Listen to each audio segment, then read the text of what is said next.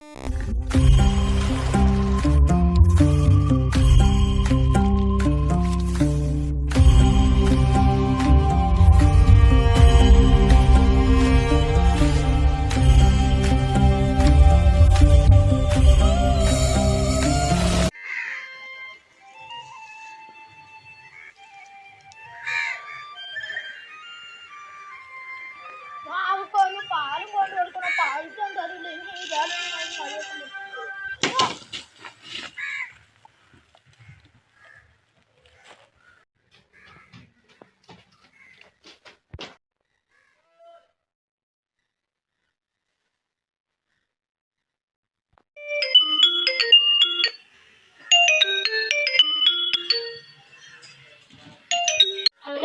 Hello, police station അല്ലേ? അതെ.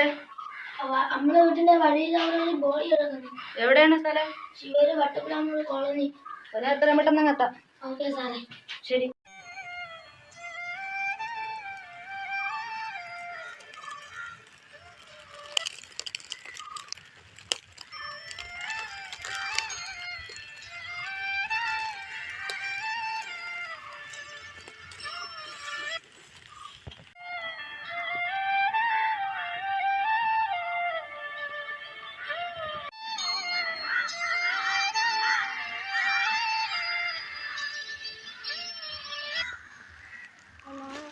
ഇവിടെ പാലും കൊണ്ട് അത്രണ്ടത് കണ്ട് ഞാൻ പെട്ടെന്ന് വീട്ടിൽ പോയി പോലീസിനെ ഒന്ന് അറിയിപ്പിച്ചതാ.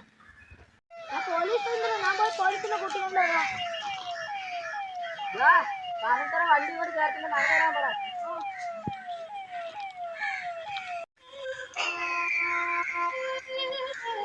സാറേ നേരെ സാറേ ബോഡി കിടക്കണം. സാറേ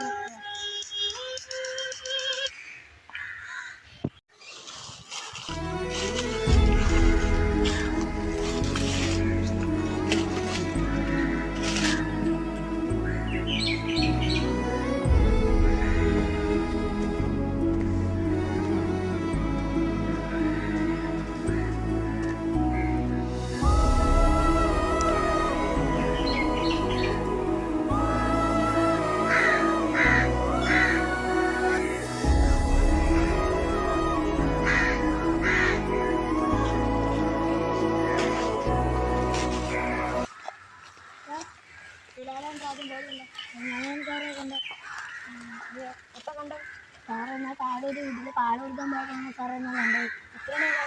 ഒരു 8 മണിയൊക്കെ കഴിഞ്ഞു സാറേ. ഈ ആൾക്കാരൊക്കെ ഞാൻ നടന്നു വന്നപ്പോൾ ഇത് കണ്ട് അലറിയപ്പോഴാണ് സാറേ ഇവരൊക്കെ വന്നത്.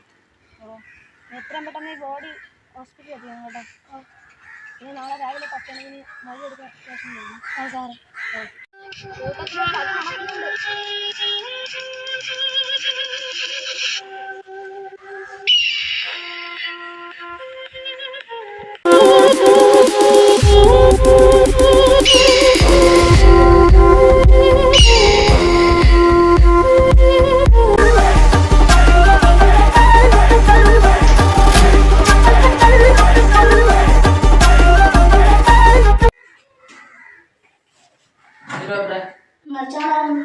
ഡോക്ടറെ ഞാൻ എൻ്റെ കൂട്ടുകാരനാണ്. അപ്പോ എത്ര മണി വിശ്വസാറിന് ഹോസ്പിറ്റലിൽ എത്തണം കേട്ടോ. അവിടെ വരുന്നു.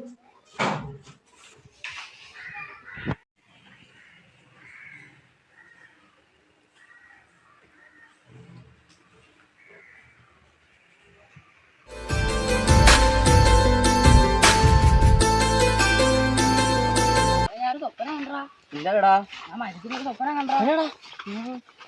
ഞാൻ മരിച്ചു പോയാലോ? ഞാൻ നിന്റെ കൂടെ നിന്നെ ഞാൻ കൊല്ലോളാം.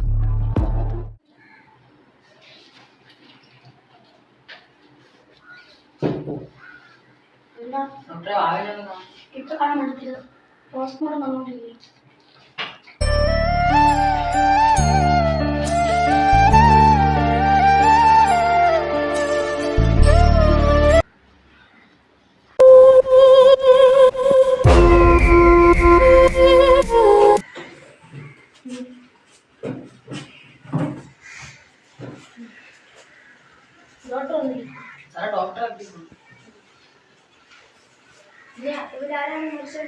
ആരുമല്ല സാറേ.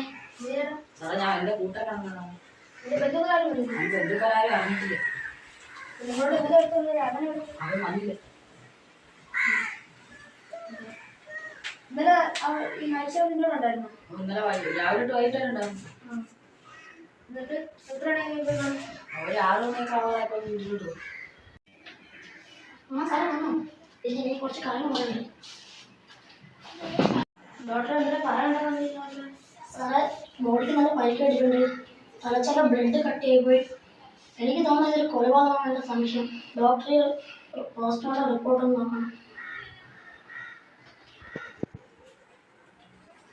സാറിന് സംശയമുണ്ടോ?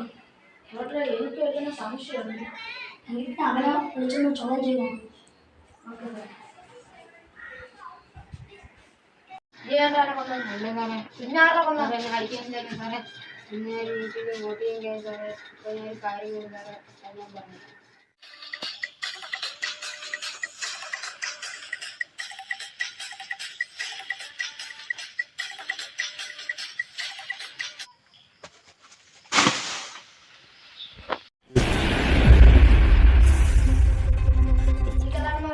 തന്നെ സാറേ.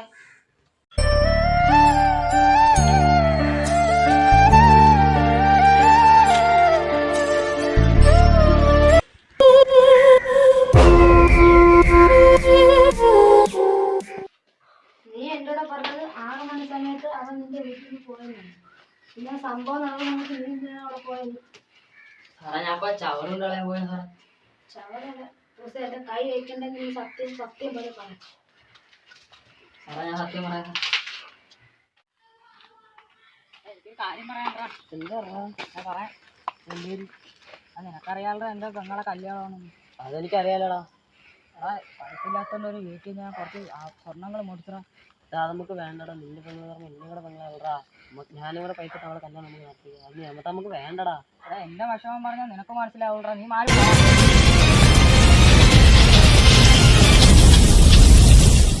സാർ, എനിക്കൊരു കൈവട്ടം പറ്റിപ്പോയി സാറേ. സാറ് പറഞ്ഞ എന്തൊരു വിഷയമാണെങ്കിൽ ഞാൻ ഏറ്റെടുക്കാം.